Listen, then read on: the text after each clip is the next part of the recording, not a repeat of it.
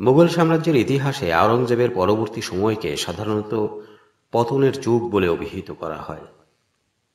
এই সময়ে দিল্লির মসনদে এমন সব সম্রাটরা বসেছিলেন যাদের অযোগ্যতা, দুর্বলতা এবং বিলাসিতা সাম্রাজ্যের পতনকে আরো ত্বরান্বিত করেছিল। এই দুর্বল শাসকদের মধ্যে সবচেয়ে কুখ্যাত, মূর্খ এবং লম্পট হিসেবে যার নাম উচ্চারিত হয় তিনি হলেন মির্জা মুইজউদ্দিন মোহাম্মদ খান। ইতিহাসে ইনি জাহানদার শাহ নামে পরিচিত।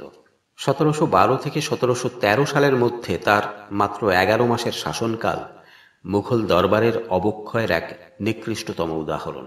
1712 সালে সম্রাট প্রথম বাহাদুর শাহের মৃত্যুর পর মুঘল শাহজাদাদের মধ্যে সিংহাসন দখলের জন্য এক ভয়াবহ উত্তরাধিকার যুদ্ধ শুরু হয়। বাহাদুর শাহের 4 পুত্র জাহানদার শাহ, আজিমুসান, রফিউসান এবং জাহান শাহ সিংহাসন দখলের জন্য একে অন্যের বিরুদ্ধে অস্ত্র ধরেন। সেই সময় সবচেয়ে শক্তিশালী এবং প্রভাবশালী মন্ত্রী ছিলেন জুলফিকার খান। তিনি বিচক্ষণতার সাথে জাহানদার শাহকে সমর্থন করেন, কারণ তিনি জানতেন যে জাহানদার শাহ ছিলেন 4 ভাইয়ের মধ্যে সবচেয়ে দুর্বল এবং তাকে পুতুল শাসক হিসেবে ব্যবহার করা সহজ হবে। জুলফিকার খানের সাহায্যে জাহানদার শাহ তার বাকি 3 ভাইকে যুদ্ধে পরাজিত এবং হত্যা করে দিল্লির সিংহাসনে বসেন। এইভাবে এক রক্তাক্ত অধ্যায়ের মাধ্যমে শুরু হয় তার কলঙ্কিত শাসন। জাহানদার শাহের নাম উচ্চারিত হলেই যার নাম অবধারিতভাবে চলে আসে তিনি হলেন লাল কুনওয়ার। লাল কুনওয়ার ছিলেন দিল্লির এক নর্তকী এবং তাবায়েব, যার রূপে এবং গুণে জাহানদার শাহ এতটাই মত্ত ছিলেন যে সাম্রাজ্যের সমস্ত শাসন কার্য ভুলে গিয়েছিলেন। সিংহাসনে বসার পর তিনি লাল কুনওয়ারকে ইমতিয়াজ মহল উপাধি দেন এবং তাকেই কার্যত সাম্রাজ্যের মালকিন বানিয়ে ফেলেন। জাহানদার শাহ এবং লাল কুনওয়ারের লাম্পট্যের কাহিনী মুঘল দরবারের সমস্ত শালীনতা এবং ঐতিহ্যকে ধুলোয় মিশিয়ে দিয়েছিল। কথিত আছে তারা যমুনা নদীতে নগ্ন অবস্থায় নৌকায় ভ্রমণ করতেন এবং মদ্যপ অবস্থায় একে অন্যের সাথে এমন আচরণ করতেন যা দেখে সভাসদরা লজ্জিত হতেন।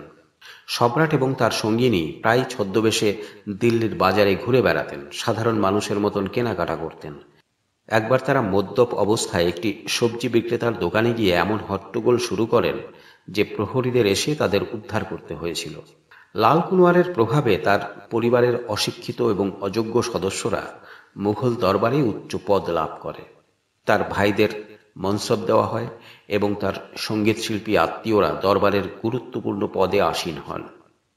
এটি মুঘলদের ঐতিহ্যবাহী তুর্কি এবং ইরানি অভিজাতদের ক্ষুব্ধ করে তোলে। এই ধরনের আচরণ কেবল সম্রাটের ব্যক্তিগত অবক্ষয়েরই পরিচয় দেয়নি, বরং এটি সাম্রাজ্যের প্রশাসনিক কাঠামোকেও ভিতর থেকে ধ্বংস করে দিচ্ছিল। জাহানদার শাহ কেবল লম্পটই ছিলেন না, তিনি ছিলেন একজন চরম অযোগ্য এবং অপরিণামদর্শী শাসক।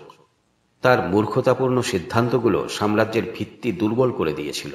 তিনি লাল কুনওয়ার এবং তার আত্মীয়দের খুশি করতে রাজকোষের অর্থ জলের মতন খরচ করতেন। বিলাসবহুল উৎসব, মদ্যপান এবং উপহারের পেছনে বিপুল পরিমাণে অর্থ ব্যয় করতেন, যার ফলে রাজকোষ প্রায় শূন্য হয়ে যায়।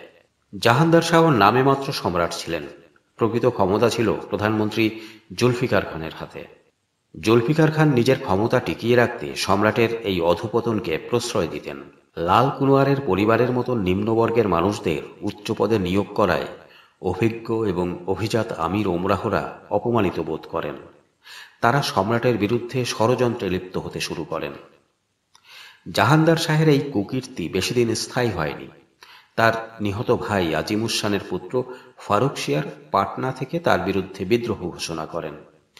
ফারুকশিয়ারকে সমর্থন করেন সেই সময়ের 2 প্রভাবশালী সৈয়দ ভ্রাতৃদ্বয়, আবদুল্লাহ খান এবং হুসেন আলী খান। 1713 সালের 10ই জানুয়ারি আগ্রার কাছে ফারুকশিয়ারের বাহিনীর সাথে জাহানদার শাহের যুদ্ধ হয়।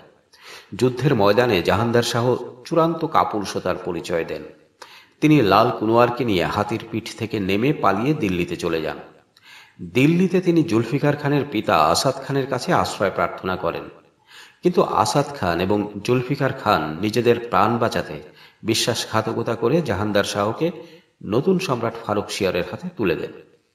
প্রায় 1 মাস কারাবাসের পর 1713 সালের 11ই ফেব্রুয়ারি ফারুকশিয়ারের নির্দেশে জাহানদার শাহকে নির্মমভাবে হত্যা করা হয়। তার ছিন্ন মস্তক দিল্লিতে ঘোরানো হয় এবং তার দেহ সম্রাট হুমায়ুনের কবরের পাশে কবর দেওয়া হয়। জাহাঙ্গীর শাহের শাসনকাল মুঘল ইতিহাসের এক অন্ধকারতম অধ্যায়। তার ব্যক্তিগত লাম্পট্য এবং চারিত্রিক দুর্বলতা কিভাবে একটি বিশাল সাম্রাজ্যকে পতনের দিকে ঠেলে দিতে পারে তার এক জ্বলন্ত উদাহরণ। তিনি প্রমাণ করেছিলেন যে একজন শাসকের অযোগ্যতা কেবল তার নিজের ভাগ্যকেই নয়, বরং পুরো সাম্রাজ্যের ভাগ্যকেই ধ্বংসের মুখে ঠেলে দেয়।